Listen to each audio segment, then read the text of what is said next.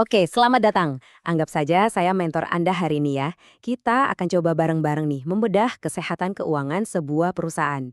Tapi kita nggak cuma lihat angka-angkanya doang loh. Kita akan baca cerita yang tersembunyi di balik semua itu. Nah, ini pertanyaan buat Anda. Pengen jadi investor yang cerdas kan? Kalau iya, lupakan deh yang namanya ikut-ikutan tren. Kunci utamanya itu cuma satu, kemampuan untuk menilai sendiri. Dan ya, perjalanan kita dimulai dari sekarang. Seringkali orang lihat laporan keuangan itu, aduh isinya angka semua, bikin pusing, membosankan. Coba deh, ubah cara pandangnya. Anggap aja ini sebuah novel, sebuah cerita yang ditulis sama perusahaan tentang diri mereka sendiri.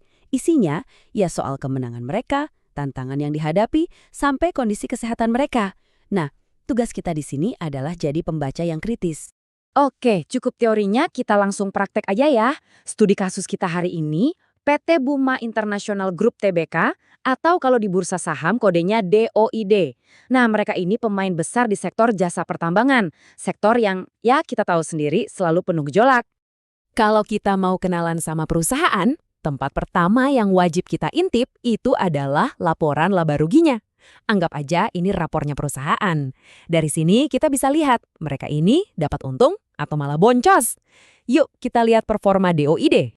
Nah, coba perhatikan deh tabel ini. Langsung fokus ke baris paling atas ya. Penjualan dan pendapatan usaha. Lihat di tahun 2024, angkanya wow, 1,75 miliar dolar. Tapi, coba geser ke tahun 2025, kok turun jadi 1,48 miliar dolar? Nah, ini petunjuk pertama kita. Ada sesuatu yang berubah di bisnis mereka. Oke, pertanyaannya jadi simpel kan? Kalau pendapatan turun, apa mereka masih bisa untung? Karena ingat, pendapatan itu satu hal, tapi profit, nah itu cerita lain lagi. Dan inilah jawabannya.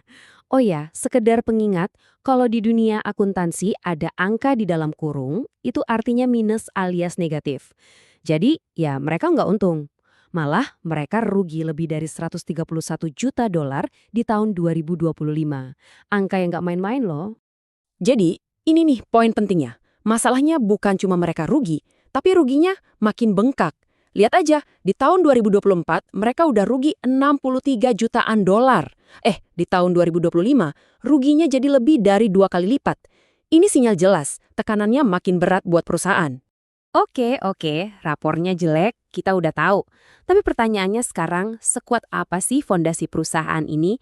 Nah, untuk ngecek fondasinya, kita harus pindah ke dokumen lain, neraca keuangan, atau yang kerennya disebut balance sheet. Disinilah kita bisa lihat kira-kira mereka ini tahan banting nggak kalau kena badai.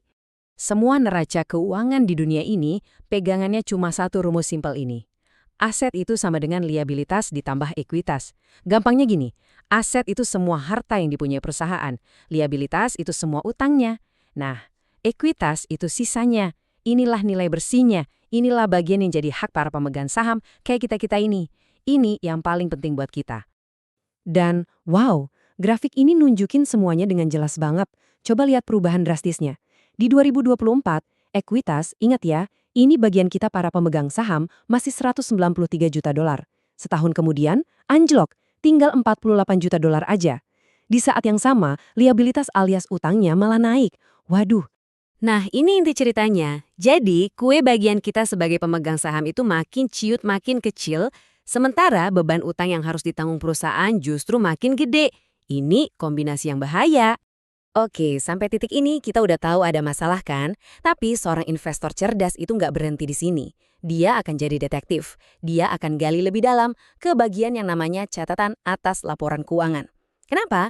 Karena disinilah semua rahasia, semua kenapanya tersembunyi. Coba kita intip catatannya.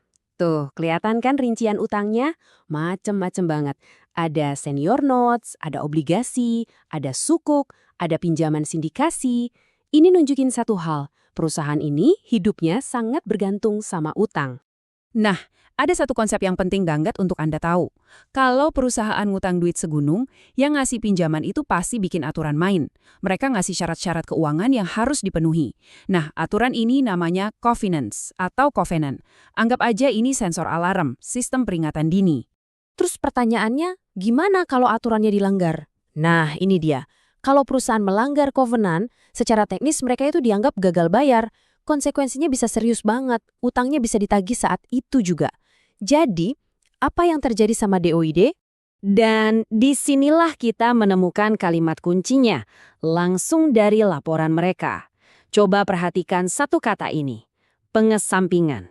Ini tuh bahasa halusnya akuntan. Arti sebenarnya, perusahaan ini gagal memenuhi aturan main dari orang yang ngasih utang. Jadi, apa sih pengesampingan atau waiver itu? Intinya, ini semacam surat izin dari yang ngasih utang. Mereka bilang, oke, kali ini kami maafkan. Utangnya nggak kami tagih sekarang. Tapi, jangan salah, ini tuh lampu merah yang nyala terang benderang. Ini sinyal bahaya bahwa perusahaan lagi ada dalam kesulitan finansial yang serius.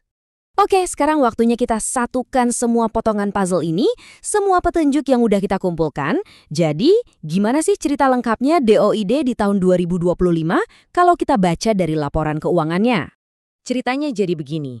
Pertama, pendapatan mereka anjlok. Akibatnya, kerugian mereka makin dalam, makin bengkak.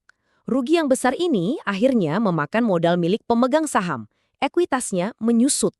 Di saat yang bersamaan, utangnya malah makin banyak. Dan puncaknya, mereka melanggar janji utang dan harus minta pengampunan dari para kreditur. Lengkap kan? Penting banget nih saya tegaskan ya, apa yang kita bahas dari tadi itu bukan sinyal beli atau jual, sama sekali bukan. Tujuan saya di sini adalah untuk ngasih Anda kail, bukan ikan. Untuk membekali Anda dengan satu skill penting, kemampuan untuk baca data, menganalisisnya, dan narik kesimpulan sendiri. Nah, sebagai penutup, sekarang saya lempar balik ke Anda.